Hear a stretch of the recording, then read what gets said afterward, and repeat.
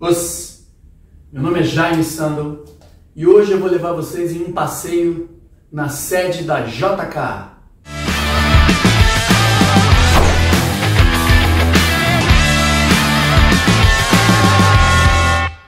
Primeiro deixa eu explicar o que é JKA. Muita gente sabe, muita gente não sabe. Que é tanta sigla, né, nesse universo do Karatê que a gente se perde. JKA, primeiro vamos falar que é a mesma coisa, JKA e NKK. Tem gente que conhece essa sigla, NKK. O que é isso? Nihon Karate Kyokai. Nihon, japonês, Karatê, Karatê, Kyokai, associação. Só que há muitos anos se convencionou, inclusive lá no Japão, se chamar JKA, a versão em inglês, dessa mesma sigla, só que em inglês. Japan Karate Association, Associação Japonesa de Karatê. Vou fazer aqui um resumo da história da JKA. Ela foi fundada em 1948 por seguidores do mestre Funakoshi. Mestre Funakoshi, que foi quem trouxe o Karatê de Okinawa para o Japão e difundiu o Karatê por lá. Então eles fundaram a JKA, Japan Karate Association, com o intuito de ser uma entidade que englobasse todos os estilos de Karatê que existiam. Muitos estilos diferentes, o Karatê era muito fragmentado.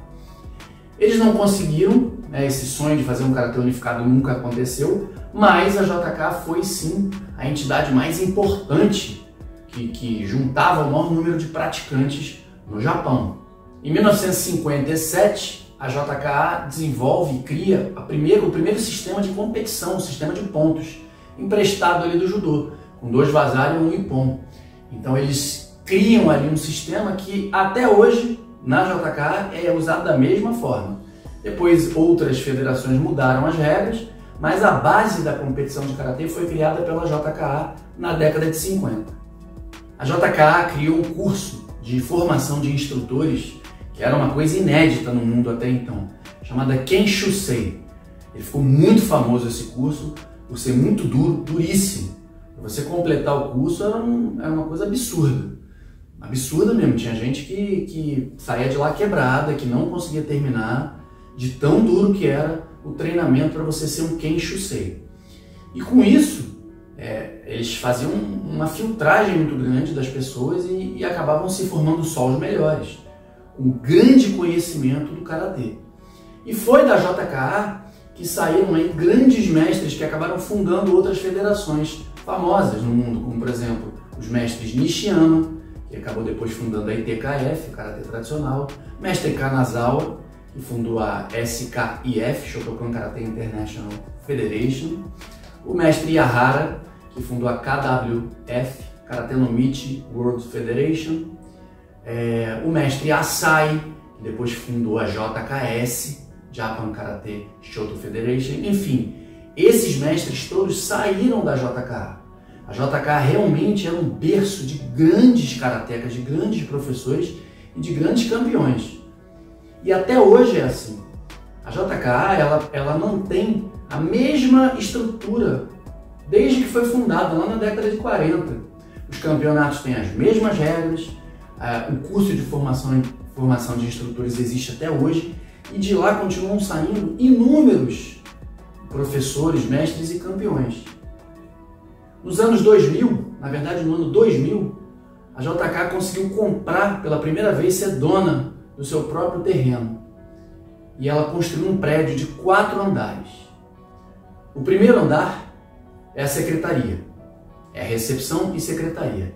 E ali, para quem gosta de Karatê, você já se arrepia inteirinho, porque tem um monte de quadros nas paredes, tem uma foto do Sensei Funakoshi, tem livros para vender. Ali você começa a entrar em contato com aquela história do Karatê que a gente lá na nossa academia muitas vezes tem acesso e é influenciado por isso, seja através dos livros, das fotos dos grandes campeões. Se você quiser treinar na JKA, você pode.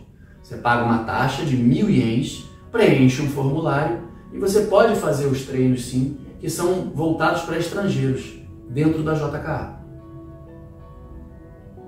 Logo na chegada você tem que deixar os seus sapatos em um porta-sapatos. Quando tem um evento muito grande, Eles tiram esse porta-sapato até para não ficar lotado ali, né, de calçados.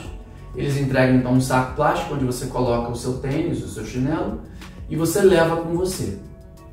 O segundo andar é onde tem alguns aparelhos de musculação e você tem, na verdade, uma sala de espera.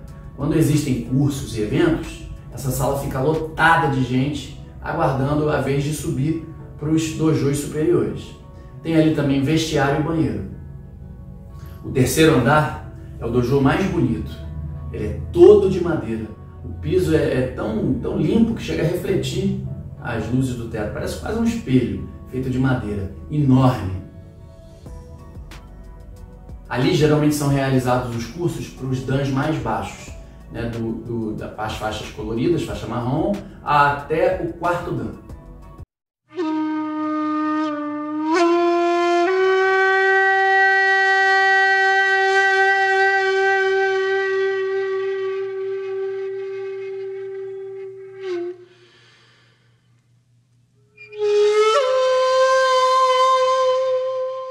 O quarto e último andar também é lindo, tem um tatame bem fininho, muito confortável de treinar e é onde geralmente se realizam os cursos de dans superiores, de quinto dan para cima.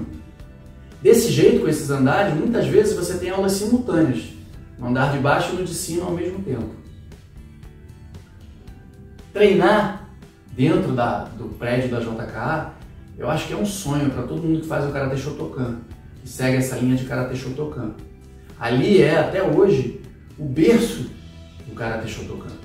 Mesmo quem participa de outras federações tem essa vontade de conhecer, de treinar lá dentro da JKA, no Japão. E eu vou falar um pouquinho sobre as minhas experiências ali. Eu fui a primeira vez em 2004, quando eu fui ao Japão pela primeira vez. Eu participei do campeonato mundial e depois eu fiquei no Japão 15 dias, sozinho, treinando. Eu fiquei numa casa que foi emprestada pelo mestre Masahiko Tanaka. E eu treinava na academia do Sensei Masahiko Tanaka, na Universidade de Tóquio, que era o treino mais duro, e eu treinei pela primeira vez na JKA, que era o meu sonho. Depois eu volto em 2012 para fazer um curso na JKA, e agora, em 2024, mais uma vez eu venho fazer um curso, só que dessa vez com um objetivo muito importante e muito difícil, que foi fazer o exame para sexto dan. E como é que foi esse exame? Eles dividiram em Kihon, Kata e Kumite, e no Kihon eram 3 de cada vez, porque tinha muita gente fazendo exame, gente, muita gente. Para sexto dan, era só para sexto e sétimo dan, lá em cima nesse andar.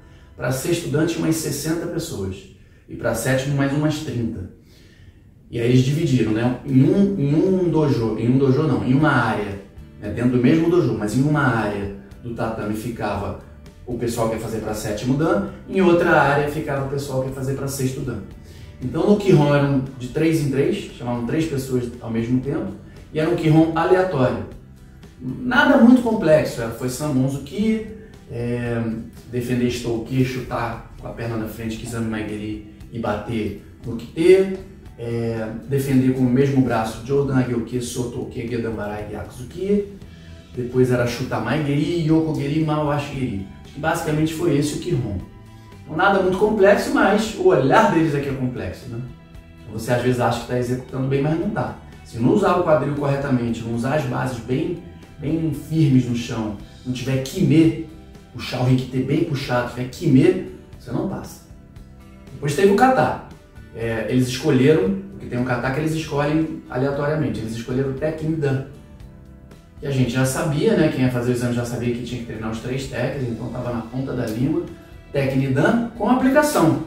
Depois eles chamam e pedem para fazer uma aplicação de uma parte aleatória do Teknidan. Depois disso foi a vez de fazer o Tokui Kata, o kata livre. Aí eu escolhi o Goju Shirosho, um kata difícil, longo, mas que eu fazia quando eu era atleta. Cheguei a ser campeão sul-sudeste com esse kata. Só que fazia bastante tempo que eu não treinava. Aí contei com a ajuda inestimável aí da maior campeã de todos os tempos, a Manuela Spessato, que é o kata dela. E também do técnico da seleção brasileira de kata, o sensei Roberto Pestana, que também me ajudou. Mas mesmo assim, no dia do exame, me deu um ataque de medo, de pânico, e eu resolvi que eu ia fazer Basai Dai. Ah, não, eu ia fazer Basai Dai, que é muito mais fácil. Para que eu ia fazer Goju Shirosho? Difícil demais, vou fazer Basai Dai. Aí liguei até pro Pestana, né, no dia, ele estava também lá no Japão, falei, ó, só pra você saber, ele saiu de manhã cedo. Hoje de tarde eu vou fazer Basai Dai. Não se assusta não. Aí ele falou, o que é isso, Jaime? Tá maluco? Tá maluco? Faz o Goju Shirosho que você treinou, cara. Teu Goju Shirosho tá um pouco melhor que o Basai Dai ainda. E é um kata muito mais difícil, vai impressionar muito mais, faz o Goju Shirosho. Mas foi uma crise de medo mesmo, de pânico que eu tive, porque tava todo mundo escolhendo o kata básico. Quando eu conversava com os brasileiros que iam fazer os exames, era John, era Emp. Aí quando chegou no exame, todo mundo que era chamado para fazer o Tokui Kata era Basai Dai, John, Emp. Falei, meu Deus do céu. Aí quando chegou na minha vez, eu ainda torci. Eu falei assim, não, eu vou fazer o Goju Shirosho. E eram de 2 em 2, né? Eu falei, vamos chamar uma pessoa bem ruinzinha de kata para fazer comigo. Com certeza, vai ser uma pessoa ruinzinha. Aí o meu kata vai crescer, né? Porque mal ou bem, né? Fazendo 2 ao mesmo tempo, não é competição, mas pô, o cara vai fazer mal pra caramba o kata. Chamaram Christian Salvemini, da Argentina. Só para vocês saberem, ele é o maior campeão da história das Américas de kata e comitê também. Um dos maiores karatecas que existe. Então quando chamaram Jaime Sandor, eu mantei todo feliz, Christian Salvemini, eu dei aquela... Caraca, o cara faz o kata muito bom, meu Deus do céu. Ainda pensei, não, mas ele vai escolher aqui um... Eu lembro que o kata dele era o Goju Shirosho também. Ele vai escolher um Goju Shirosho, um Niju Shihon, um kata difícil também. Ele pega e fala, John! Aí minha perna até deu aquela tremida. Eu falei, meu Deus do céu. Mas eu me mantive firme. Acho que a minha experiência como atleta ajudou muito. Apesar de que eu fiquei muito mais nervoso no exame do que quando eu ia competir. Muito mais. Porque quando você vai competir, você perde para outra pessoa. E no exame, se você for reprovado, você perdeu para você mesmo, né? Eu acho que a sensação, pelo menos para mim, a sensação ia ser pior. Mas eu falei, vamos embora. Fiz o Goju Shirosho, depois me chamaram para aplicar uma parte do kata, e deu tudo certo. E depois disso, comitê. Aí eu lutei com um cara grandão, eles dividiam em grupos de 3 pessoas. Lutei com um cara grandão, foi uma boa luta. Ele ficou um pouco com medo, ele recuou muito lutando comigo. E depois botaram uma mulher pequena, magra, para lutar comigo e me pediram só para bloquear. Foi quando eu usei as técnicas de bloqueio, né, que eu treino bastante, e deu tudo certo, graças a Deus eu passei. Eu quis aqui compartilhar com vocês essa história muito marcante minha dentro do prédio da JKA e mostrar aí para vocês como é legal você visitar o lugar que pra gente que é do Karatê Shotokan ainda é considerado sim o berço do Karatê Shotokan.